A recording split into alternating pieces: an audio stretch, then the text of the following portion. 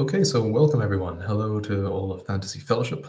I'm Max, and here with me is the arachnophobia-inducing Adrian Tchaikovsky, author of the Shadows of the Apt series, Children of Time trilogy, Echoes of the Fall, Terrible Worlds, and many, many more. His works have been nominated for and have won Hugo Awards, Philip K. Dick Awards, Arthur C. Clarke Awards, British Science Fiction, British Fantasy Awards, and his book Elder Race has been shortlisted for the new Ursula Le Guin Award to be announced next month. Given that we have only half an hour, I shall opt not to list all of his books and awards and nominations. But if you're a fan of big intergalactic and fantastical settings, deep themes of gods, AIs, and alienness, or just really love insects or arachnids, then Tchaikovsky is definitely an author for you. So, Adrian, it's fantastic to have you here. Thanks for joining us.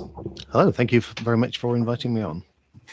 So, why don't we just jump straight into things and wind back the clock for us a bit? And before Shadows of the App, before any of your first books, what were you doing and what was it that sparked you to sit down and write those first few words on paper? So what I was doing before I started writing was playing tabletop role-playing games, which sounds daft, but it is actually an enormous part of why I ended up as a writer, both because there are genuinely a lot of valuable skills to be gained that transfer over, but also because I encountered there a set of books called the Dragonlance Chronicles, which are basically a write-up of someone's Dungeons and Dragons campaign as a novel. And I did not at that point think of myself as a novelist, but I was certainly someone who had a Dungeons and Dragons campaign I could write up. And so that kind of bridged the gap for me between regular person and published author, which previously I wouldn't even have considered. So that was kind of like the permission moment of saying, yes, you too can do this. And as it turned out, I could not in fact do that. And I spent the next 15 years kind of getting into a position where I was writing something good enough to get into print. So yeah, I've seen before in like interviews you mentioning about like the use of role play, LARPing and all helping with your writing. So for nowadays, how does that work? Is it still the idea of you write a chapter and as if it was a campaign for Dungeons and Dragons? Do you ask family or friends to kind of try out a new storyline or? I mean, I haven't. It's one of those, I think it would be theoretically possible, but it would slow the process down colossally. As anyone who's tried to organize a role-playing game session with more than two people will attest. For me, the link between the two is very much that if you're creating a world for a group of player characters to romp through, you have to be very thorough because you don't know where they're going to go. They're not well behaved. They're not going to stick to kind of narratively appropriate courses of action. Yeah. That is very much how I start with writing as well. And I make this very robust world. I know it to a significant level of detail. I know all sorts of places, including places the book may well never go. That means that the plots and the characters and the events all come out of this very solid foundation. Everything fits together nicely. I don't have to go back and make enormous changes because I've decided the world works in a different way. It gives me a very efficient writing process, which is why I'm able to write as much as I do. But also it means I'm very comfortable in the world I'm working in, as long as, with a couple of exceptions where I've gone completely off the rails because I haven't quite done it properly. Fair enough. So you mentioned 15 years between sitting down to try and write Dungeons and Dragons campaigns and being published. So before Empire of Black and Gold was picked up, have you ever gone back and like reread those early books you've written, those early writings? Were those also kind of insect themes? And did you ever incorporate anything from them into future works? I don't think any of them were as insecty as Shadows of the Apt was. I mean, I tend towards, if I'm doing monsters or aliens or whatever, I'll tend towards a certain sort of arthropodness to them, just because that's where my aesthetics go. But of those, I did go back and reread those earlier books, and the two that I wrote before Shadows of the Apt are now in print. So I rewrote them and submitted them, and so that's Guns of the Dawn and Cage of Souls. Which obviously, both of which were at least nominated for awards. So there was obviously something there. And the one before that was basically unsalvageable. It would have required so much rewriting. I might as well just write another book at that point. So it was a bit of a bit of a harsh lesson to me, because when I was writing those earlier books, I would have told you they were gold dust, and the publishers were fools for not immediately leaping on them and giving them an enormous advance. And as it turned out, no, actually, the stuff I was submitting was just not of a publishable quality. But I had no idea about that at the time. Well, that's pretty honest of you. So thinking of arthropod or arachnid villains or aliens, we got asked quite a lot for our buddy read of Children of Time. Why spiders? Like, we had a lot of people that did not quite like spiders going in, enjoyed the book, but possibly still don't like spiders now. I mean, I kind of hope that even with people who are sort of genuinely arachnophobic, people might come out of the book at least a little more tolerant of spiders and a little less, burn the house to the ground as if you find one, and that kind of thing. It's one of those things which genuinely annoys me. Is you put up a picture of a spider on any social media, someone will come back saying set it on fire or something like that, and it's just, that is the sort of mindset which is leading to the destruction of the environment and our living biosphere of the planet. And spiders are really just the kind of the vanguard of the animal kingdom in that respect. But the actual reason why spiders in Children of Time is very simple, because a New Zealander scientist, Dr. Fiona Cross, did a series of experiments with the portia spiders, which demonstrated their amazing problem-solving level intelligence, object permanence, long-range planning, all of that variable sort of predation strategies in the lab. And that's basically what you get in the first sort of spider section in Children of Time. And I believe it was later picked up by David Attenborough for one of his TV series even. So it's something that's kind of better known now than it was when I was originally writing the book. But I just wanted to do the what if of, what if these spiders with this remarkable mental capacity, even when they're kind of absolutely tiny with a little knot of neurons instead of a brain, what if they had the opportunity to become the dominant species on a planet? And everything else in the book is just scaffolding to give me the opportunity to explore that question. So it's spiders, because it really is in the real world. It is spiders. So did Children of Time, was the idea for it there before you read about this study, or? No, the study kicked it off. It was just, I read the study and I just thought, right, what would happen if they were if that actually just had the chance to snowball into full-on human level sentience? What sort of society would you get? And everything else with that book is just, how can I put myself in a position to tell the story of this society without just writing a kind of mock scientific paper about it.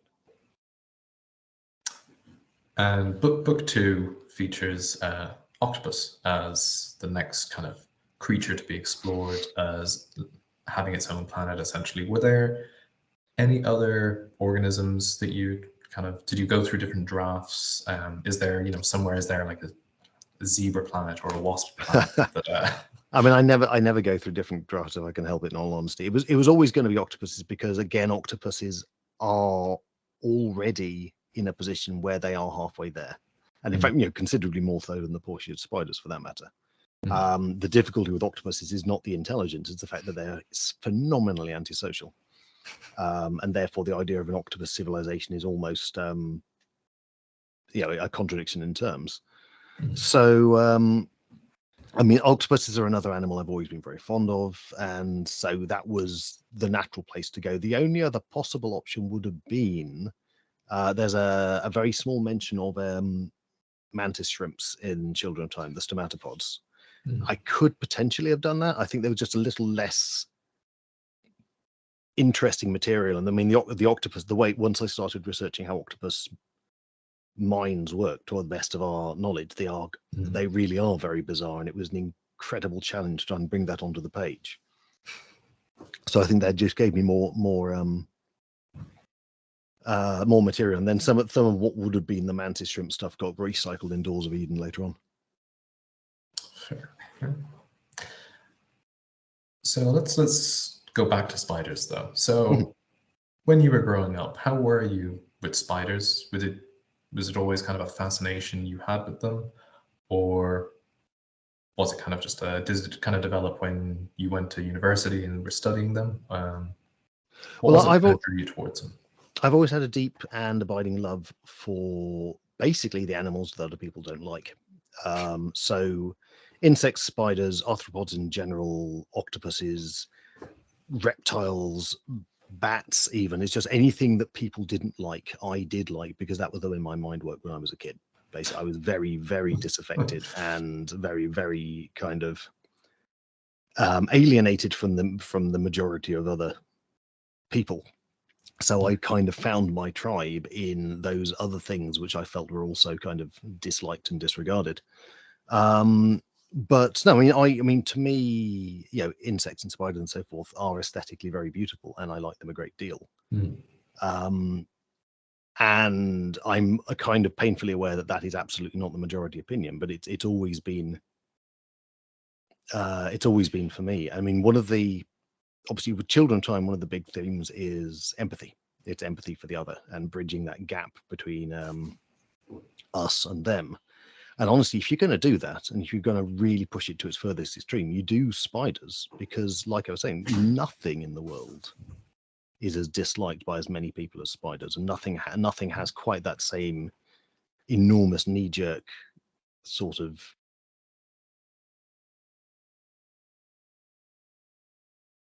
Where did you lose me?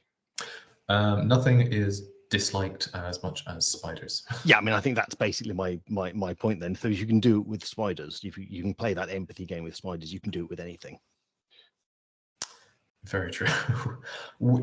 When you were writing it, though, did you find yourself having to carefully pick characteristics to describe so as you didn't get too arachnid, or did you really not care about freaking out arachnophobes too much? I think I just accepted that there were. I mean, it's worth noting. So, Children of Time is currently the book that people know me for. It is the one that won the Clark. It is the one that basically made my name, insofar as my name has been made in science fiction. When I was writing it, it was not a contracted book. It was written completely on spec, with the assumption that no one would really want to read it. It had a very small advance. It was basically a thing that was, I think, thrown to me as a modestly performing fantasy writer that they wanted to keep on the books. So yeah, we'll let him do this thing about spiders, and then we'll just go back to the swords and the dragons and so forth. And so I was absolutely writing it on the assumption that the vast majority of people are going to absolutely recoil from this book. I don't think, I mean, I think there are ways of doing a spider book that doesn't immediately set off everyone's arachnophobia. The Deepness in the Sky has a device, Werner Vinge has a device in it pretty much for that, and he plays with that at the end as a specific point of the book.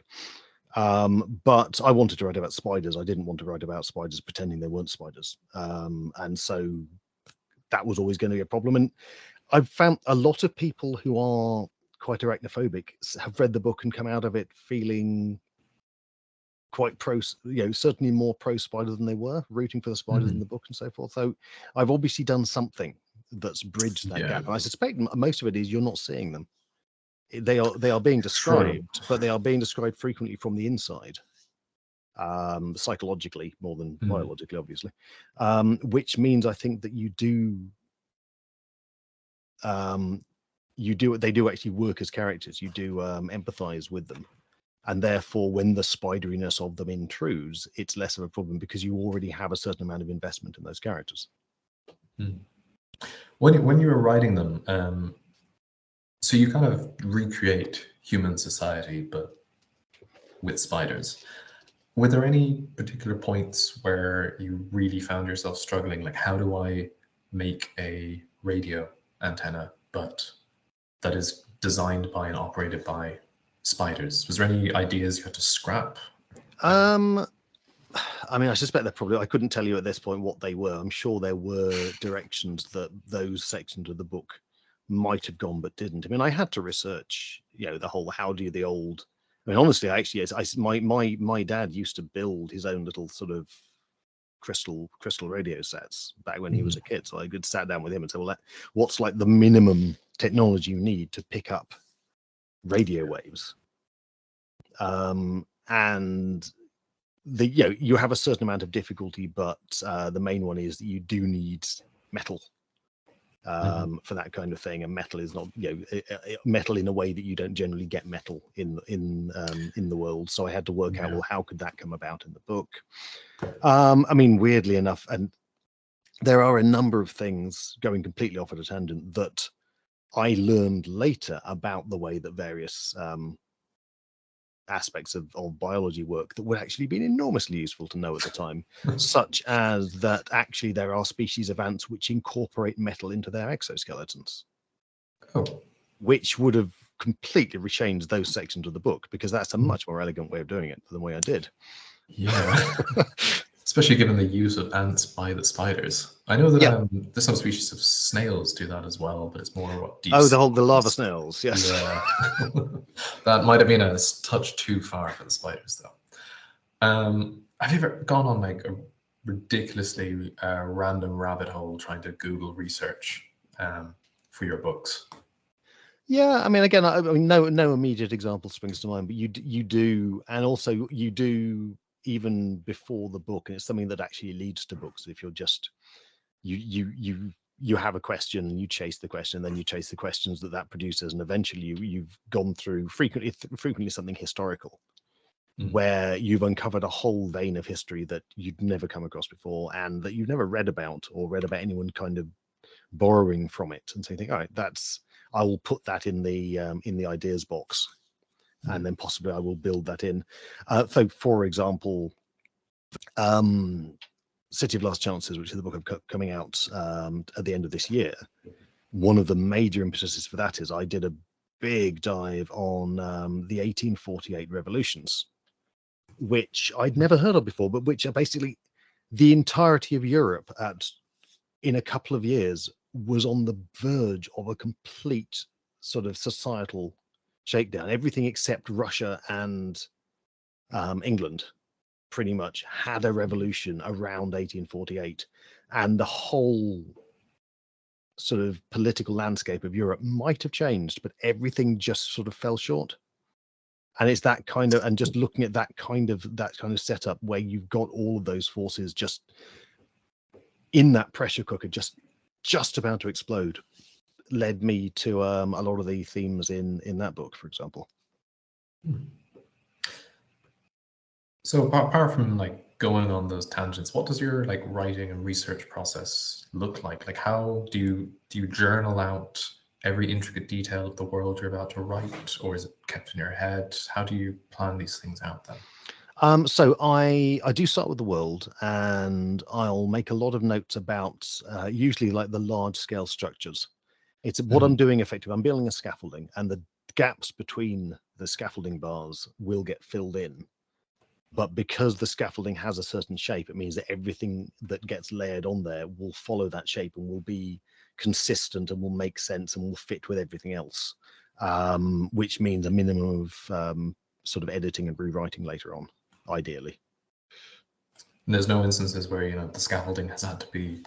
There have been a couple of instances where I've done that, and usually because it's not something I often have to do. It is not something I'm very good at doing, and I will usually press on for at least 2 chapters beyond the point where I should have stopped, and then have to dismantle a large chunk of book and go back to the last point where things actually made sense.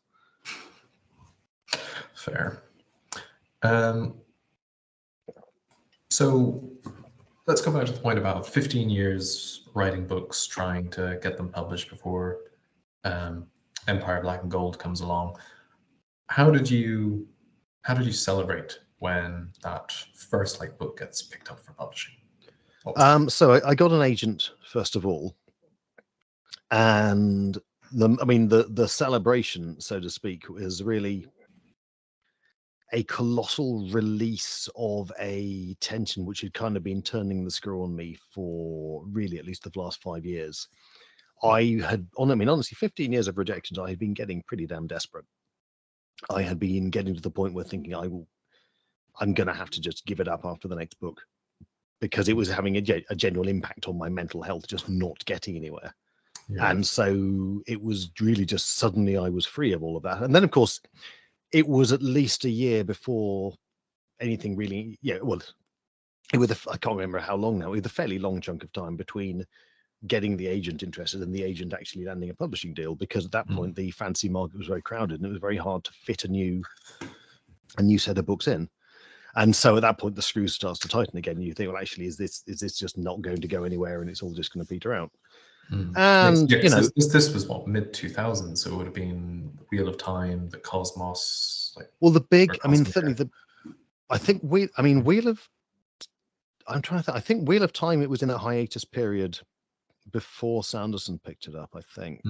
I mean, yeah, I've got to say it's not a series I've ever read, so it wasn't particularly on my radar. The big ones at the time, Song of Ice and Fire was very much in its book heyday, and the Malazan Book of the Fallen was the other really big one. And so, I mean, that was why with Shadow of the Apt, that's why Shadow of the Apt of the 10-book series, which is something I would never dream of pitching to a publisher in the current market, because that fashion has very much been and gone. But at the time, that seemed like everyone is doing these enormous, colossal sort of dominant, great big slabs of series with ridiculous numbers of volumes.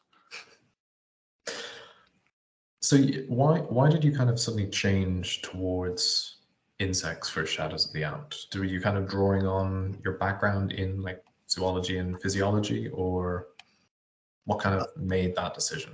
Well, what that was, like I say, I was getting pretty desperate with the not being published of things, and my 35th birthday was coming up. So don't believe anyone when they say you've got to do something before you're 30. And I basically said, right, if I don't get anywhere by the time I'm 35, I will give up. So I'm going to have this big last fling. And in order to do that, I better find something that I'm very, very happy with working on. And so I had a couple of options of worlds I was very comfortable with, but they were all worlds that I had run role-playing games in. So Shadows of the Apt was originally a role-playing game I ran in the early 90s while I was at university. And for reasons previously stated, I knew it extremely well. And because, I still had a lot of fondness for the world, so fine, I'll pick that. I'll take a few aspects from the campaign that I created back then and flesh it out and just write in that setting. So all the insect abilities, that was all. Yeah, that was the setting. I mean, the setting changed a bit as I worked it up for the books, but a lot of the stuff in there, and even a few of the characters, are from that original game I ran. Oh, wow. And so, yeah, I mean, the thing is, it's insects because I've always liked insects, but the reason that particular setting was the one I did. And the other thing is I wrote the first, rather than just writing a book and submitting it, I wrote the first 4 books because I wanted that complete plot arc. And I knew that if I wrote the first book and it got rejected, I wouldn't have the heart to write any of the others. Fair. Weirdly enough, that was what actually got me the deal in the end, because my agent was able to say, look, if you pick up these books, we can just give you 4 books and you can bring them out as quickly as you like. And that, I mean, the fact that they came out very quickly, so not just one a year, but I think it was like one every few months, was an enormous boost to the readership. And it's something I've seen other writers do and benefit from as well. And I think the reason it's not done more is simply that most writers are not in a position with finished work to do it, or not in a position to write the work quickly enough to do it. But it seems to be a very good move when you can, because it means as soon as someone's finished one book, the next book is probably out. Yeah. And with Shadows of the Apt, if you could have any of the insect-like abilities from it, which would you yourself want to possess? I mean, I think the answer is probably flight, but I think rather like the Beetlekinden in the book, I would be terrible at it and horribly clumsy, because I'm just any kind of complex physical task is usually beyond me. Fair. I'm just noticing we're coming up towards time, so we'll just ask another 1 or 2 questions before we wrap up. The one we got a few times, which we'd like to get your opinion on, is Star Wars, Star Trek, Stargate.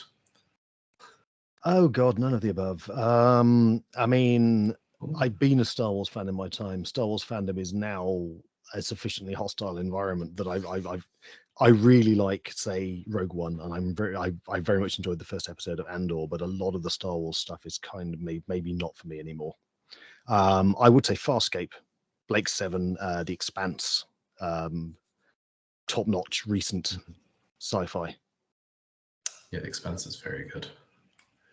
And then your new book, then, City of Last Chances, not insect themed at all.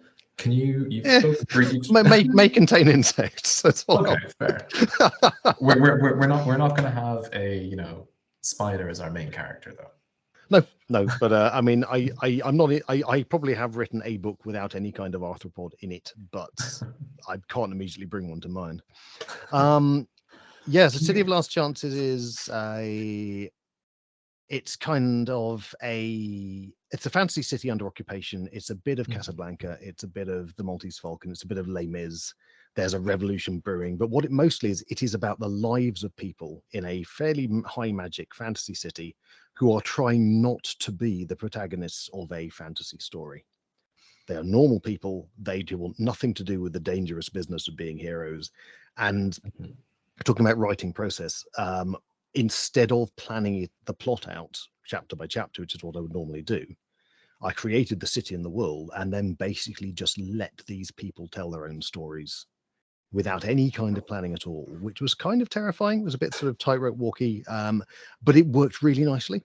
It gave me this very nice sort of interweaving mosaic of lives and stories, which is you didn't have to like suddenly backtrack because you'd written yourself into a corner with any of it, or no, although at any moment it certainly felt like I was about to. But as it is, it all kind of actually not only worked out but came together for a very satisfying kind of ending where everything that had gone before seemed to be reasonably justified. I didn't have like these big loops of plot that didn't go anywhere and had to be cut or anything like that.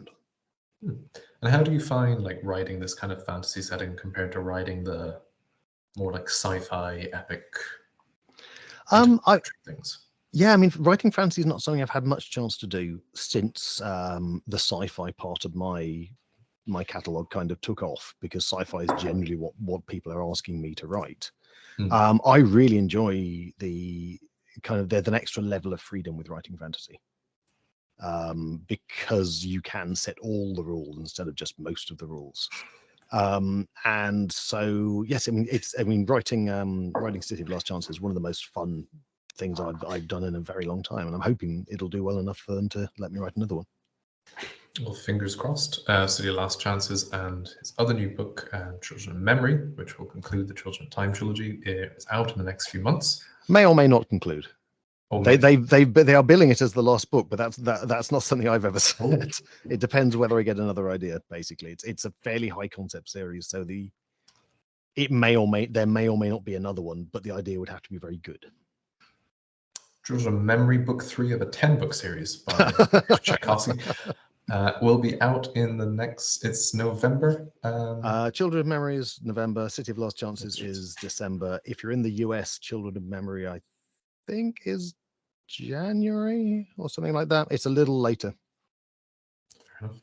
And as a very last question, we have our readathon coming up next month, and we're asking the authors to provide a prompt to help people choose a final book. Do you have a prompt we could use? Yeah, read a book by an author of a demographic you have not sampled before. There is still a vast, certainly in sci-fi and fantasy, a big weighting of male authors, a big weighting of white authors, straight, able-bodied, and so forth, all of which categories I have absolutely benefited from. Pick up a book by an author of a culture you have not read, for example. We're getting a lot of Asian and African fiction translated these days. That wasn't the case even just a few years ago, for example. There is a lot out there, and it's really very good. Thank you. It's a great one. And you and Peter B. Brett are the only authors then who have given us prompts that don't relate to their own books so far. If you want to learn more about Adrian or his books, you can visit his website, adriantchaikovsky.com. His books are available Waterstones, Broken Binding, any bookshop near you, go to your local indie shop. We have been Fantasy Fellowship. You can learn more about us at fantasy-fellowship.co.uk. And we'll be concluding our convention with 2 final talks this evening. We hope you can join us. Adrian, thank you so much for taking the time to speak to us. Thank you. And we hope you've had a good time. And thank you everyone for coming.